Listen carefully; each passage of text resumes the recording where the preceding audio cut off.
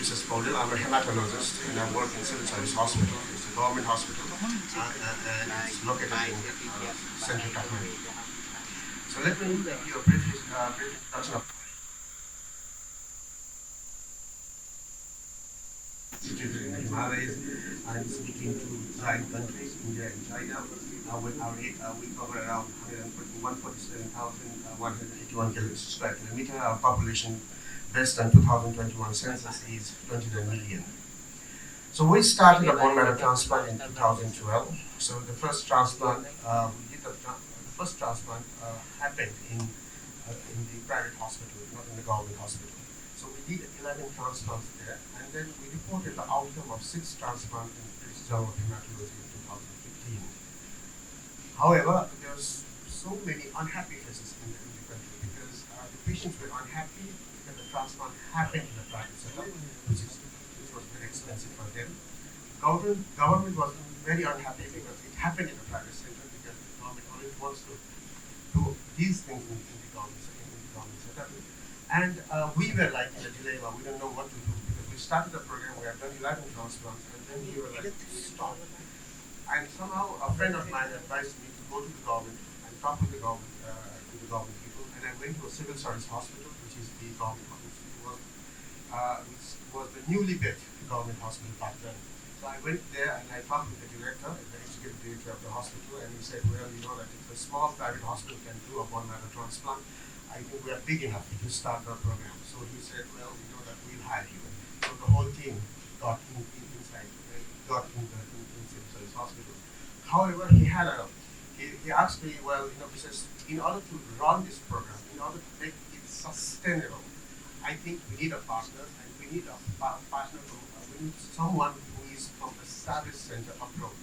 So I was looking for a partner, and then somehow I got Dr. Daniel O'Reilly from who was very keen to help us to establish a transplant. So we had a MOU with them, and then the story in 2016, somehow we know that we started a transplant program in the government hospital. So this is our report. We reported like 66 patients. This was from 2016 to 2020. And if you look at the male female ratio, there were like 30 organ transplants, 36 allogeneic transplants, among them there were 12 organ transplants. So the organ transplant was started in 2016 in the government hospital.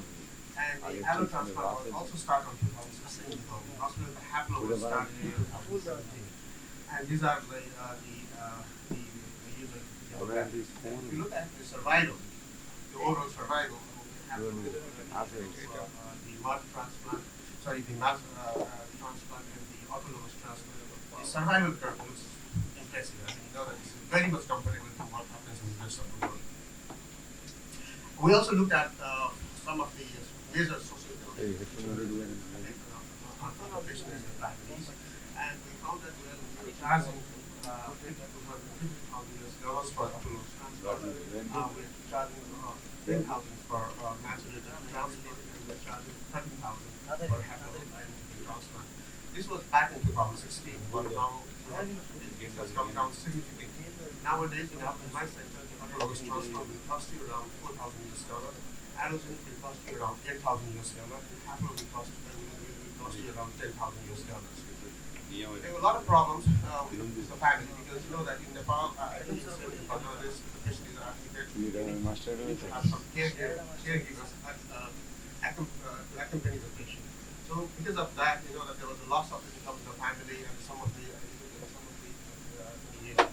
young guys were dropped from the school just because you know that they can't go because their family is undergoing transplant, and also the distance was at that time it was the only one center giving that service. So the people has to come from a various part of the country. So but you know that was to make the story sweet. So our program was very much appreciated all over the world, and it's my privilege being profiled in that just because of starting a bone marrow transplant in Nepal. So where are we now?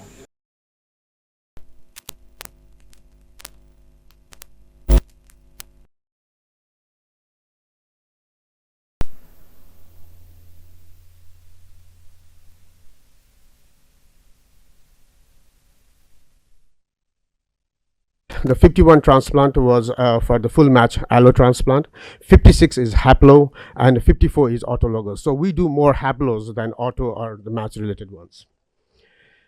And we cater everyone from pediatrics to geriatrics. So the auto transplant, the median age was 15 to 6, sorry, the median age was 49. For allo match related is 20. For haplo it was 23. So our the youngest patient we have transplanted so far is 3 years of age, and the oldest patient that we have transplanted so far in my hospital is 73 years of age. So should we be proud of our accomplishment? I think no, because if you look at the data, again, this is from APBMT, we have only one transplant center. And if you look at the patient that we serve, you know that it's it's way lower than other countries. But if you compare this data with the neighboring countries, then we are not that bad. And that is probably because our population is not that big compared to the neighboring countries. And so why we and you know just it's because we have only one transplant center, and then we are not able to replicate that in many other in other parts of the country. And I personally believe you know that there are a lot of things that has to be that needs to be done in order to improve the transplant service in Nepal. And I will give you the example, you know, that what happens in my hospital. This is a 1 year data, and you can see we see around 140 acute leukemia patients, and we see a lot of these aplastic anemia, and a lot of the MDS, and a lot of other other malignancies. We don't see that much of thalassemia, because the thalassemia is mainly catered by the pediatric hematologist, and we are not seeing that much of referral as we see for other conditions in Nepal. And this is again our paper that we published last time in British Journal of Hematology, EEJHEM, where we showed the thalassemia care in Nepal is in a very pathetic condition. And that is because, you know, that most of these patients are not getting proper transfusions, are not getting proper chelations, and most of them are dying before age of 35. So in the Western world, 90% of thalassemia patients can be salvaged with allogeneic stem cell transplant. But in our context, although we do have a service for a bone marrow transplant, we are not able to cater them as such. Similarly, the aplastic anemia. This is again our paper, which was published long time back in 2020. This is about the patient who got ATZ, who got ATZ, and we see a lot of aplastic anemia in the country. And then, but if you look at the representation for the transplant proposed, that's not good. So we need to do a lot of things to improve this. So what needs to be done then? So I think, you know, that we need to train more and more manpower. On top of that, you know, that although I call it the transplant is very cheap in Nepal, most of them cannot afford it. And this is again, that was we published that in Lancet, where our patient has to sell land, has to borrow a loan in a very high interest rate in order to get treated. So, you know, that we need to take care of all these financial things also. That's why we started a foundation in Nepal. The foundation will help each and every patient. We just give them 4 lakhs Nepali rupees, which is around $3,500 upfront to the patient, whoever is willing to undergo bone marrow transplant. And this is not by the government, this is through the private foundation that we run in Nepal. So what next? So we are participating in a gene therapy trial for hemophilia B. Hopefully we'll recruit the first patient in 2025, this next year. And this is a St. Jude initiated gene therapy project, and other low-income countries are also participating in this. And the good thing is, like, we are now in a way to manufacture our own CAR T cell in Nepal. So we had an MOU signed with the government of China last year. Hopefully, from 2025 December, we'll start manufacturing our own manufacturing unit for CAR T cell, and that may help not only our patient, probably the patient from the neighboring countries also. Thank you for that. Thank you. I think I made it on time. And if you have any questions or queries, I will be more than happy to answer that. Thank you.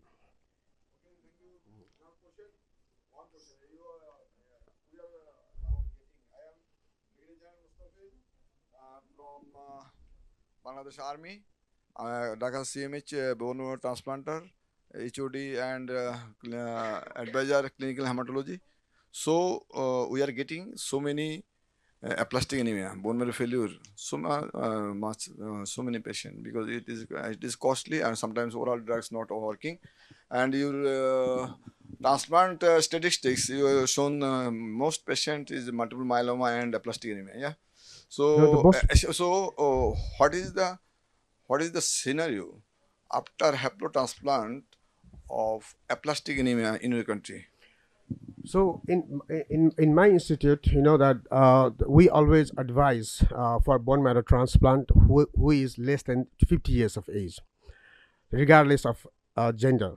Okay, whether she male or female, someone 50 years of age should undergo bone marrow transplant if they have a donor, if they have a full match donor. If they don't have full match donor, 2 years back we were just giving them ATZ plus cyclosporine. Now we have started transplanting. We have started doing haplotransplant on aplastic anemia patients. So my experience with aplastic anemia haplotransplant is not that great. I mean, I have transplanted probably 8 or 9 patients, nine aplastic anemia patients, the haplotransplant, and there were 2 deaths. One death was from the hemorrhagic myocarditis. The other death was from the CMB reactivation later on. So not that, I mean, the number is not that great, but I think that I personally believe haplotransplant is better than ATZ plus cyclosporine in our population. So if you don't have 10 by 10 match, go for haplo rather than giving them ATZ plus cyclosporine.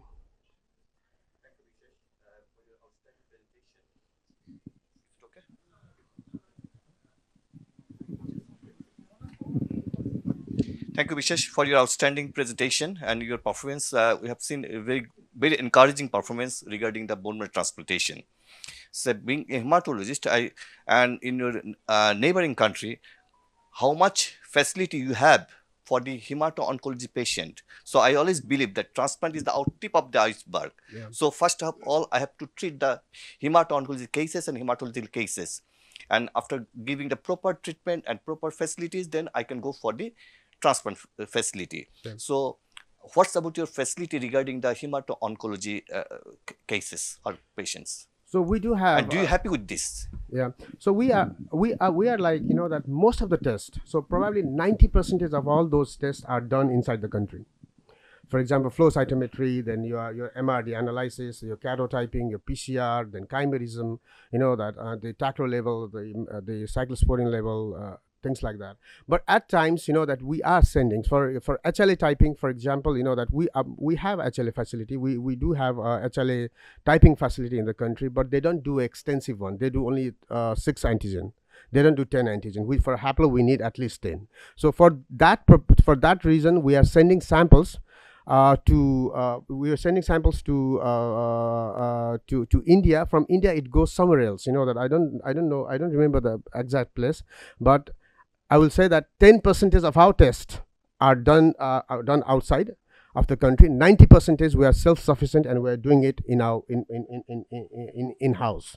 And regarding the blood transfusion and whatever the facility that your blood irradiation, whatever, we do have everything. Okay. Thank you very much. We have time constraint. You know that we have another session after this one. So I'll request all of you to, if you get enough time, then we will have opportunities for question and answer session. Thank you. Thank you.